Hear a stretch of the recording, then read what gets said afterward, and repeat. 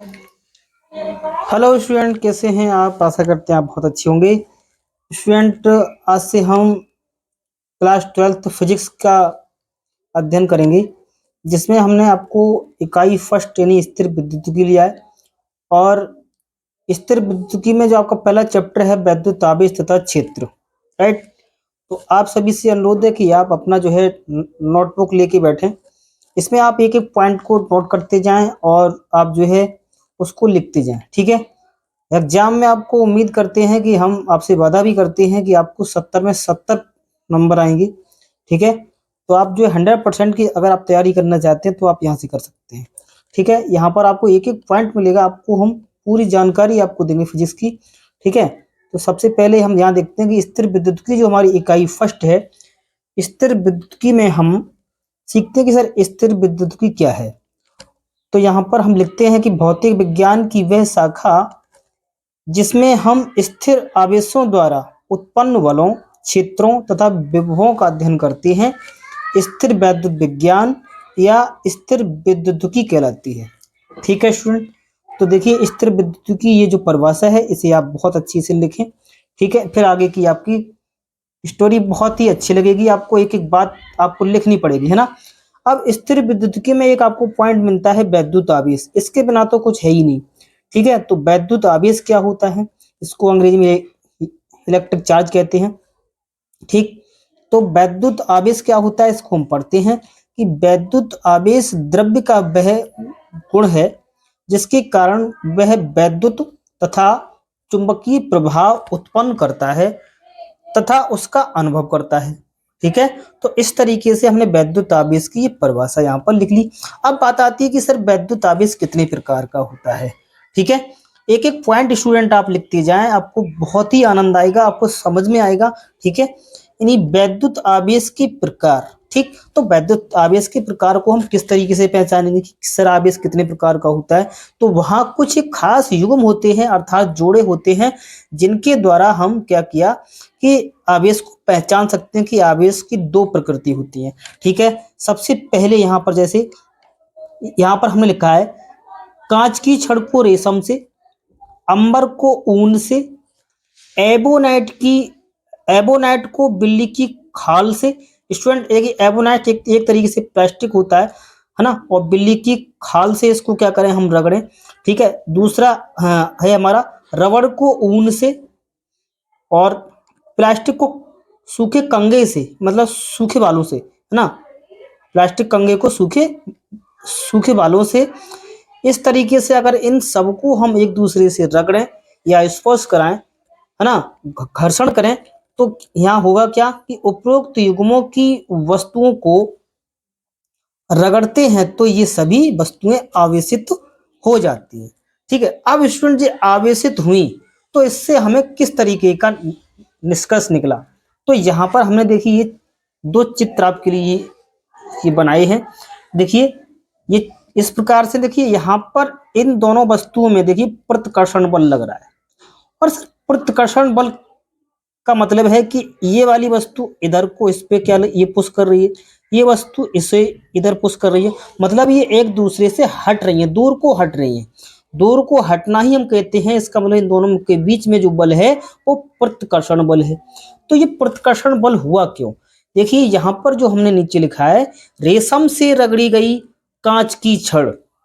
एक रेशम, एक कपड़ा होता है रेशम का, रेशम से हम कांच की छड़ को रगड़ें और दूसरी भी छड़ को हम रेशम से रगड़ें। ये दोनों कांच की छड़ें हैं स्टूडेंट, इनको एक दूसरे मतलब रेशम से रगड़ने पर, इनको पास में रखने पर देखा कि एक दूसरे को ये हटाती हैं, एक दूसरे से ये हटती हैं, दूर को हटती हैं। जब ये दूर को हटती हैं तो इन दोनों के बीच में प्रतिकर्षण बल उत्पन्न हुआ, राइट। अच्छा, अब स्टूडेंट यहाँ पर जो इसके बराबर में जो आपका जो ये चित्र बना है चित्र नंबर 2, इसे आप देखें। देखिए यहाँ पर भी प्रतिकर्षण बल है, ठीक। अब ये प्रतिकर्षण बल किस तरीके से है, देखिए यहाँ पर लिखा है कि बिल्ली की खाल से रगड़ी गई एबोनाइट की छड़। तो स्टूडेंट बिल्ली की खाल से, लेकिन यहाँ पर देखो दोनों में ऋणावेश, यहाँ पर माइनस माइनस लिखा है, यहाँ भी माइनस माइनस है, और इधर दोनों में क्या था, यहाँ पर प्लस प्लस था, है ना। तो यहाँ पर दोनों में माइनस माइनस है, तो बिल्ली की खाल से जब एबोनाइट की छड़ को रगड़ा और उन दोनों छड़ों को जब पास मिलाए तो उनके बीच में जो बल लगा वो भी कैसा बल लगा, प्रतिकर्षण बल लगा। ठीक है, तो यहाँ पर कोई दिक्कत नहीं हुई हमें कि हम इतना पहचान गए कि इन दोनों में किस तरीके का बल है, यहाँ पर प्रतिकर्षण बल है। अब स्टूडेंट हमने एक चित्र और बनाया, यहाँ आप देखें। ठीक है, हमारे पास ये चित्र है, यहाँ देखिए। अब इन्हीं में से एक छड़ हमने ले ली, किस तरीके की, एक ले ली हमने रेशम से रगड़ी गई कांच की छड़। ये वाली जो छड़ है वो रेशम से ये रगड़ी गई थी और एक कांच की छड़ है। और जो ये दूसरी वाली जो छड़ है ये बिल्ली की खाल से रगड़ी गई एबोनाइट की छड़ है।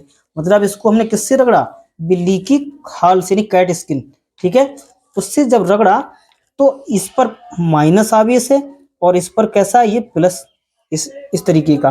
ठीक है, तो अब यहां से हमें मिला क्या, यहाँ इन दोनों में जो बल लगा वो किस तरीके का बल लगा, यहाँ पर स्टूडेंट आकर्षण बल लगा। आकर्षण बल, कैसा बल, आकर्षण बल। और आकर्षण बल कैसा होता है, आकर्षण बल होता है कि ये वाली इसकी तरफ को खींची चली आई और ये वाली इसकी तरफ को खींची हुई आई। मतलब ये दोनों एक दूसरे के पास आने लगी, ये एक दूसरे के पास आने लगी। तो यहाँ पर हमने जो निष्कर्ष निकला हमारा, किस तरीके से कि उपयुक्त प्रयोगों के आधार पर सन 1750 ईस्वी में अमेरिकी वैज्ञानिक बेंजामिन फ्रैंकलिन ने आवेशों के दो प्रकार बताए। ठीक है, यानी अमेरिकी वैज्ञानिक थे, इनका नाम था बेंजामिन फ्रैंकलिन, ने आवेशों के दो प्रकार बताए। इनमें से एक का नाम उन्होंने रखा धन आवेश अर्थात पॉजिटिव चार्ज। ठीक, दूसरा इन्होंने नाम दिया ऋण आवेश, इसको कहते हैं नेगेटिव चार्ज। राइट, अब यहां से निष्कर्ष क्या निकला, यहां से जो निष्कर्ष निकला वो लिखा कि समान आवेश एक दूसरे को प्रतिकर्षित करते हैं। समान कह लो या सजातीय कह लो, है ना। सजातीय का मतलब जैसे प्लस प्लस हो गए, माइनस माइनस हो गए, है ना। ठीक है, धनावेश धनावेश और ऋणावेश ऋणावेश एक दूसरे को क्या करेंगे, ये प्रतिकर्षित करेंगे। और यहाँ पे जबकि विजातीय आवेश एक दूसरे को आकर्षित करेंगे। विजातीय का मतलब है असमान, है ना। जैसे प्लस माइनस अथवा माइनस प्लस एक दूसरे को क्या करेंगे, ये आकर्षित करेंगे। जैसे कि ये दोनों छड़ें यहाँ पर अपना ये जो प्रदर्शन कर रही थी, है ना। तो इस तरीके से हमने यहाँ पे देख लिया कि आवेश के कितने प्रकार होते हैं। आवेश के सर दो प्रकार होते हैं, एक होता है ऋणावेश, दूसरा धन आवेश होता है। ठीक है, अब स्टूडेंट यहाँ पर हम आवेश उत्पत्ति का इलेक्ट्रॉनिक सिद्धांत पढ़ते हैं। ठीक है, इसको पढ़ना बहुत आवश्यक है। आप एक एक पॉइंट को जो है पढ़ते जाएं, आपको समझ में आएगा पूरा, है ना। प्रत्येक पदार्थ सूक्ष्म कणों से मिलकर बना होता है, ये हम अच्छी तरीके से जानते हैं, केमिस्ट्री में भी अपने लोगों ने पढ़ा होगा, है ना। प्रत्येक पदार्थ सूक्ष्म कणों से मिलकर बना होता है, जिन्हें परमाणु कहते हैं। क्या कहते हैं स्टूडेंट, जिन्हें परमाणु कहते हैं। ठीक, परमाणु का समस्त धनावेश तथा लगभग समस्त द्रव्यमान उसके केंद्रीय भाग में संकेंद्रित रहता है, जिससे नाभिक कहते हैं। स्टूडेंट एग्जाम में ये भी आ जाता है कि नाभिक किसे कहते हैं, तो आप लोग तुरंत समझ जाओगे कि नाभिक जो होता है वहां पर धनावेश होगा और समस्त द्रव्यमान होगा। ठीक है, तो अब बात आती है नाभिक में धनावेश प्रोटॉन तथा उदासीन न्यूट्रॉन पाए जाते हैं। ठीक है, देखिए प्रोटॉन पर किस तरीके का आवेश होता है, ये भी प्रश्न आ जाता है एक नंबर का। तो प्रोटॉन पर जो आवेश होता है वो आपका प्लस चार्ज होता है, मतलब धनावेश होता है। तथा लेकिन आपसे ये भी पूछ लिया जाता है कि न्यूट्रॉन पर क्या आवेश होता है, तो न्यूट्रॉन स्टूडेंट आवेश रहित होता है। न्यूट्रॉन पर किसी प्रकार का आवेश नहीं होता है, ये उदासीन होता है। ठीक है, फिर आगे पढ़ना है। नाभिक में उपस्थित प्रोटॉनों की कुल संख्या उसके चारों ओर परिक्रमण कर रहे इलेक्ट्रॉनों की कुल संख्या के बराबर होती है। इस बात को स्टूडेंट नोट कर रखना, ये आपके रसायन विज्ञान में भी मिलता है ये। ठीक है, फिर यहाँ पर क्या है, प्रोटॉन के कारण नाभिक पर धनावेश इलेक्ट्रॉन के कुल ऋणावेश के बराबर होता है। स्टूडेंट ये भी आप सुनना, मतलब जो प्रोटॉन पर धनावेश होता है वो इलेक्ट्रॉन के कुल ऋणावेश के बराबर ही होता है ना। तो हम क्या कहते हैं, जिस कारण परमाणु पूर्ण रूप से उदासीन होता है।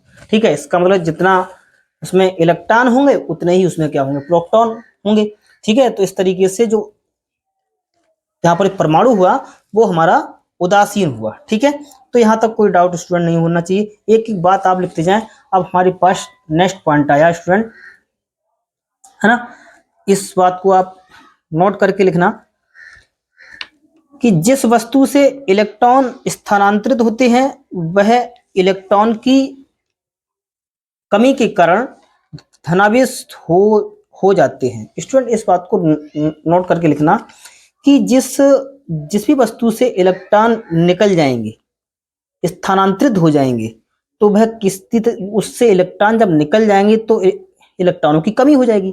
तो इलेक्ट्रॉनों की कमी हो जाएगी तो उस वस्तु पर जो आवेश होगा वो कैसा होगा, यानी धनावेश रह जाएगा। ठीक है, इस बात को ध्यान में रखना। नंबर 2 हमने बात लिखी है कि जिस वस्तु पर इलेक्ट्रॉन स्थानांतरित होते हैं। देखिए यहाँ पर दो बातें, जिस वस्तु से मतलब जिस वस्तु से इलेक्ट्रॉन निकल गए, और यहाँ क्या है, जिस वस्तु पर मतलब इलेक्ट्रॉन आ गए, है ना। जिस वस्तु पर इलेक्ट्रॉन स्थानांतरित होते हैं वह इलेक्ट्रॉनों की अधिकता के कारण ऋणावेशित हो जाती है। देखिए यहाँ पर जब इलेक्ट्रॉन आ गए तो इलेक्ट्रॉन अधिक हो गए ना, इसका मतलब है इलेक्ट्रॉन की अधिकता हो गई। इलेक्ट्रॉनों की अधिकता हो गई तो इलेक्ट्रॉन पर ऋणावेश होता है, इसका मतलब वस्तु भी कैसी हो गई, एक तरीके से ऋणावेशित हो गई। ठीक है, इतनी बात आप जो है ये नोट करते जाना स्टूडेंट। ठीक है, अब यहाँ हमने नीचे इंपोर्टेंट बातें और लिखी हैं कि किसी वस्तु पर धनावेश होने का अर्थ है उस पर समान अवस्था से इलेक्ट्रॉनों की कमी है। इस बात को नोट कर रखना है स्टूडेंट। ठीक है, कि किसी वस्तु पर धनावेश होने का अर्थ है कि उस वस्तु पर समान अवस्था से इलेक्ट्रॉनों की क्या कमी है। ठीक है, फिर नेक्स्ट हमने ये लिखा है पॉइंट, किसी वस्तु पर ऋणावेशित होने का ये तात्पर्य है कि उस पर समान अवस्था से इलेक्ट्रॉन अधिक हैं। ठीक है स्टूडेंट, इस बात को भी नोट कर रखना, आपको आगे चल के न्यूमेरिकल जब प्रश्न होते हैं तो वहां पर हमें इन दोनों पॉइंटों को याद करके रखना होगा, है ना। तो यहां तक इतनी बातें आपको समझ में आई होंगी। आप अपना नोटबुक तैयार रखें, एक एक बात को आप लिखते जाएं, सारा एंड तक लिखें।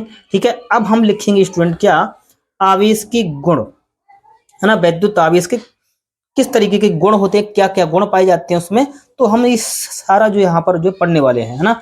सबसे पहले हम पढ़ेंगे कि आवेश में होता क्या है कि आकर्षण तथा प्रतिकर्षण होता है। आवेश में क्या होता है स्टूडेंट, आकर्षण अथवा प्रतिकर्षण दोनों होते हैं। तो यहाँ पर किस लिए होते हैं, तो यहाँ पर हमने लिखा है कि सजातीय आवेश एक दूसरे को प्रतिकर्षित करते हैं जबकि विजातीय आवेश एक दूसरे को आकर्षित करते हैं। ये आवेश का पहला गुण है, आकर्षण तथा प्रतिकर्षण वाला। मेरी बात समझ में आ रही है स्टूडेंट। अच्छा, अब दूसरी बात हम पढ़ेंगे कि आवेश स्थानांतरणीय है। अच्छा सर, अब ये स्थानांतरणीय इसलिए है, यह एक वस्तु से दूसरी वस्तु की ओर स्थानांतरित हो सकता है। बात समझ में आ गई, इसका मतलब एक वस्तु से दूसरी वस्तु पर स्थानांतरित हो सकता है। स्टूडेंट एक बात अवश्य सुनना कि सामान्य अवस्था में कोई वस्तु बिल्कुल उदासीन होती है, उस पर कोई चार्ज नहीं होता है, लेकिन जब उसको किसी तरीके से स्पर्श करा जाता है या उसको रगड़ा जाता है तो उसमें से क्या होता है कि अगर एक वस्तु से इलेक्ट्रॉन निकल जाते हैं तो उस पर ठीक उतना ही धनावेश आ जाता है और दूसरी वस्तु पर ठीक उतना ही ऋणावेश आ जाता है ना। इसका मतलब है जितना धनावेश होगा उतना ही ऋणावेश होगा, है ना। तो यहाँ पर हम ये कह सकते हैं कि आवेश क्या होता है, एक तरीके से स्थानांतरणीय है। ठीक है, यहाँ तो कोई डाउट नहीं होना चाहिए। अब नंबर 3 पॉइंट पढ़ते हैं हम। नंबर 3 पॉइंट क्या है, आवेश सदैव द्रव्यमान से बद्ध रहता है। ये बहुत इंपॉर्टेंट पॉइंट है स्टूडेंट। आवेश कैसा रहता है, सदैव, आवेश सदैव द्रव्यमान से बद्ध रहता है। ठीक है, आवेश द्रव्यमान रहित नहीं हो सकता, यद्यपि द्रव्यमान आवेश रहित हो सकता है। देखिए द्रव्यमान तो आवेश रहित हो सकता है, लेकिन आवेश द्रव्यमान रहित नहीं हो सकता। एक नंबर में विकल्प में भी कई बार प्रश्न आ जाता है। ठीक है, अच्छा अगला गुण हम आवेश का पढ़ रहे हैं स्टूडेंट। अगला गुण क्या है? आवेश संरक्षित होता है। देखिए संरक्षित मतलब रक्षा करना, है ना। संरक्षित मतलब उसकी रक्षा हो रही है। किस तरीके से हो रही है? इसे ना तो उत्पन्न किया जा सकता है और ना ही इसे नष्ट किया जा सकता है। स्टूडेंट ये भी आप नोट कर रखना है। मतलब आवेश का ये अगला गुण है कि आवेश संरक्षित होता है और इसे ना तो उत्पन्न किया जा सकता और ना ही इसे नष्ट किया जा सकता है। ठीक है, अगला पॉइंट हमने लिखा है कि वेग पर निर्भरता। ये भी स्टूडेंट इंपोर्टेंट पॉइंट है कि आवेश की, कभी कभार एग्जाम में ऐसा जाता है कि आवेश की वेग पर क्या निर्भरता होती है ना, यस या नो होती है ना, तो वहां पर आपको लिखना पड़ता है। तो यहाँ आज से आपको नोट करना होगा कि आवेश कण की वेग पर निर्भर नहीं करता। इस बात को नोट कर रखना। या चाहे आवेश स्थिर हो या आवेश गतिमान हो, उससे कोई लेना देना नहीं, वह अपना वैद्युत प्रभाव उतना ही छोड़ेगा, है ना। इसका मतलब है आवेश कण के वेग पर निर्भर नहीं करता, अतः कोई वस्तु स्थिर हो अथवा तीव्र वेग से गतिमान, उसका आवेश समान रहता है। मतलब उसका आवेश कैसा होगा? उसका आवेश इक्वल ही रहने वाला है। ठीक है, तो इस बात को नोट कर रखना। अगला पॉइंट हमने लिखा है स्टूडेंट, आवेश का मात्रक व विमीय सूत्र। तो स्टूडेंट आवेश का ऐसा ही मात्रक एम्पियर सेकंड होता है। एम्पियर सेकंड को ही हम कहते हैं कूलाम, है ना। इस बात को नोट कर रखना। और आवेश का विमीय सूत्र होता है एटी। यहाँ पर स्टूडेंट ये क्या होता है? Eighty ampere second. ठीक है, यहां तक कोई डाउट स्टूडेंट, है ना। अब हम पढ़ते हैं अपना नेक्स्ट पॉइंट पढ़ते हैं स्टूडेंट। ठीक है, अब आवेश में ही एक अगला गुण आ जाता है, इसे चाहे आप गुण मानो या अलग से इसको मान लें आप। आवेश का क्वांटीकरण। ठीक है, यहां पर लिखा है आवेश का क्वांटीकरण। जब एक भौतिक राशि सभी मानों को ग्रहण न करके केवल विभक्त मानों को ही ग्रहण करती है, तो राशि को क्वांटीकृत कहा जाता है। ठीक है स्टूडेंट, ये यहां पर क्वांटीकरण की परिभाषा है। ठीक इतनी। अब हम किसकी बात कर रहे हैं? हम तो सर आवेश की बात कर रहे हैं। तो प्रकृति में प्रत्येक आवेशित वस्तु पर आवेश एक निश्चित न्यूनतम आवेश का पूर्ण गुणज होता है, जिसे मूल आवेश कहते हैं। ठीक, तथा ई से प्रदर्शित करते हैं स्टूडेंट। इसको किससे प्रदर्शित करते हैं? ई से, नन्ही वाली ई, स्मॉल ई, है ना, से प्रदर्शित करते हैं। अतः किसी वस्तु पर जो आवेश होगा वो किस रूप में होगा? Q बराबर प्लस माइनस एन इंटू ई। ठीक है, तो स्टूडेंट जहां पर E जो होगा वो आपका ये है, और E जो है पूर्ण संख्याओं का क्या होगा? गुणजी होगा। जैसे यहाँ पर हमने यहाँ पर लिखी है संख्याएं, n बराबर 1 2 3 4, है ना। इस तरीके सभी ये होल नंबर है, आपके पूर्ण संख्याएं, है ना। ये पूर्ण संख्याएं लिखी गई है, मतलब कोई भी यहाँ पर डेसिमल नंबर नहीं है, आप ऐसे समझ सकते हो, मतलब ठीक है, भिन्नात्मक ये नंबर नहीं है ना। तो ई बराबर कितना है यहाँ? ई बराबर है 1.6 गुणा 10 की पावर माइनस 19 कूलाम। मतलब ये तो आवेश है, मूल आवेश है। इसका मान कितना होता है? 1.6 गुणा 10 की पावर माइनस 19 कूलाम। ठीक है राज। अब यहाँ हम लिखते हैं किसी भी वस्तु पर आवेश प्लस माइनस 3/2 इंटू ई, मतलब इस रूप का नहीं होगा, इन दोनों के रूप का, मतलब भिन्नात्मक रूप में नहीं हो सकता, है ना। तो यहां पर इस तरीके से हमने आवेश के बारे में कुछ ये इंपोर्टेंट बातें थी वो हमने पढ़ी। अब स्टूडेंट यहां पर एक जो है हम अपना प्रश्न करते हैं। अब स्टूडेंट एक हम यहाँ पर जो है प्रश्न ले रखा है हमने, जिससे हम हल करेंगे। और ये प्रश्न कैसा है कि एक चालक पर 2.4 गुणा 10 की पावर माइनस 18 कूलाम धनावेश है। इस चालक पर कितने इलेक्ट्रॉनों की अधिकता या कमी है? तो यहाँ पर स्टूडेंट देखिए, सबसे पहले तो यहीं पर लिखा गया है कि आवेश किस तरीके का है, ये पॉजिटिव चार्ज है ना। तो मतलब यहाँ हमें दिया गया है कि Q बराबर 2.4 गुणा 10 की पावर माइनस के 18। राइट, इस तरीके से। ठीक है, और ये पूछ रहा है ये किस तरीके का आवेश है स्टूडेंट, ये आवेश है प्लस का है, मतलब धनावेश है, धनावेश है, मतलब ये प्लस चार्ज है। और हम जानते हैं स्टूडेंट जो ई का मान होता है हमारा मूल, वो 1.6 गुणा 10 की पावर माइनस के 19 कूलाम होता है स्टूडेंट। कोई दिक्कत नहीं होना चाहिए। हमसे कह रहा है कि कितने इलेक्ट्रॉन की अधिकता या कमी होगी, इसका मतलब स्टूडेंट हमसे एन का मान पूछ रहा है। ठीक है, तो हमारे पास स्टूडेंट सूत्र जो होता है वो होता है Q बराबर एन इंटू ई। ठीक है, एन इलेक्ट्रॉनों की संख्या होगी, ई मूल आवेश है, क्यू आवेश है। तो यहां से हम एन का मान निकालना चाहिए, कितने इलेक्ट्रॉन, मतलब एन बराबर क्या बनेगा फॉर्मूला, एन निकालोगे तो क्यू के बटे में स्टूडेंट ई आ जाएगा। राइट, अब ये हम सारे यहाँ पर वहां रख देते हैं, मतलब एन का मान हमें निकालना है ना, एन का मान निकालना है। एन और क्यू कितना है, क्यू है हमारा 2.4 गुणा 10 की पावर माइनस के 18, और नीचे कौन आ जाएगा, नीचे ई का मान आ जाएगा 1.6 गुणा 10 की पावर माइनस के 19 कूलम। स्टूडेंट यहाँ जो है इसको अच्छे से देखिए, यहाँ पर ये एक के बाद पॉइंट नीचे, एक के बाद पॉइंट ऊपर, ये पॉइंट से पॉइंट कट गया। ठीक है, अब स्टूडेंट हम जानते हैं कि 8 के ऊपर कितना रह गया, ये 24, नीचे है 16, तो अन्य 8 दूनी 16 और 8 तिया 24, है ना, इतना हुआ। मतलब ये मिला हमें 3/2।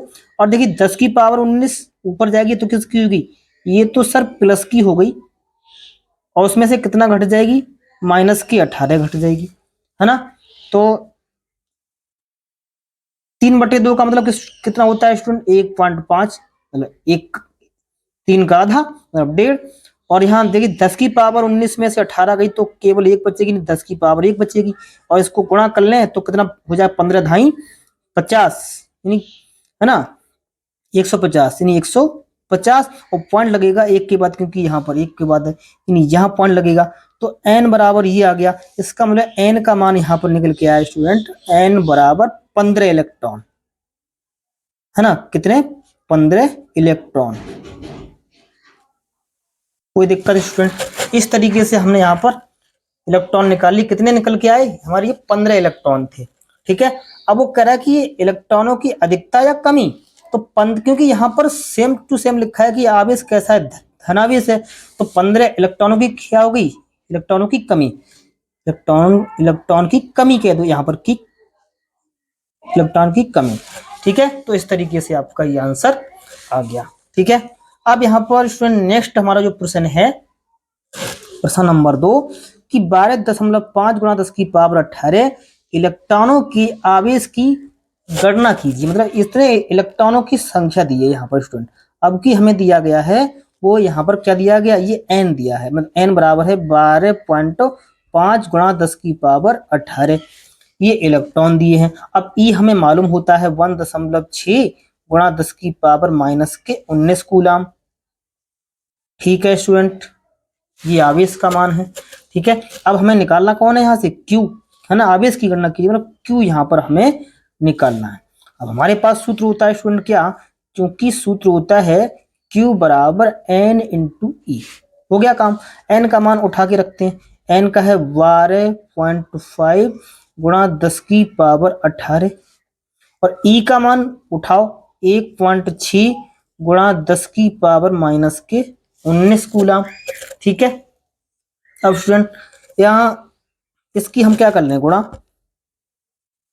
देखिए यहां से हम ये पॉइंट एक के बाद एक के बाद पॉइंट ये है, तो हम गुणा कर लें, 16 पंजे 80, 80 का 0 हासिल 8, 16 दूनी 32 और 8 कितना हुआ 40, तो फिर 0 हासिल लग गए आपके 4, 16 1 4, 16 1 16 4 20, है ना, तो ये हो गया, है ना। अब देखिए 18 में से ये 19 है, ये 18 है, ये कितना है 19, तो ये ज्यादा नहीं, 10 गुणा 10 की पावर माइनस 1 बचेगा, है ना।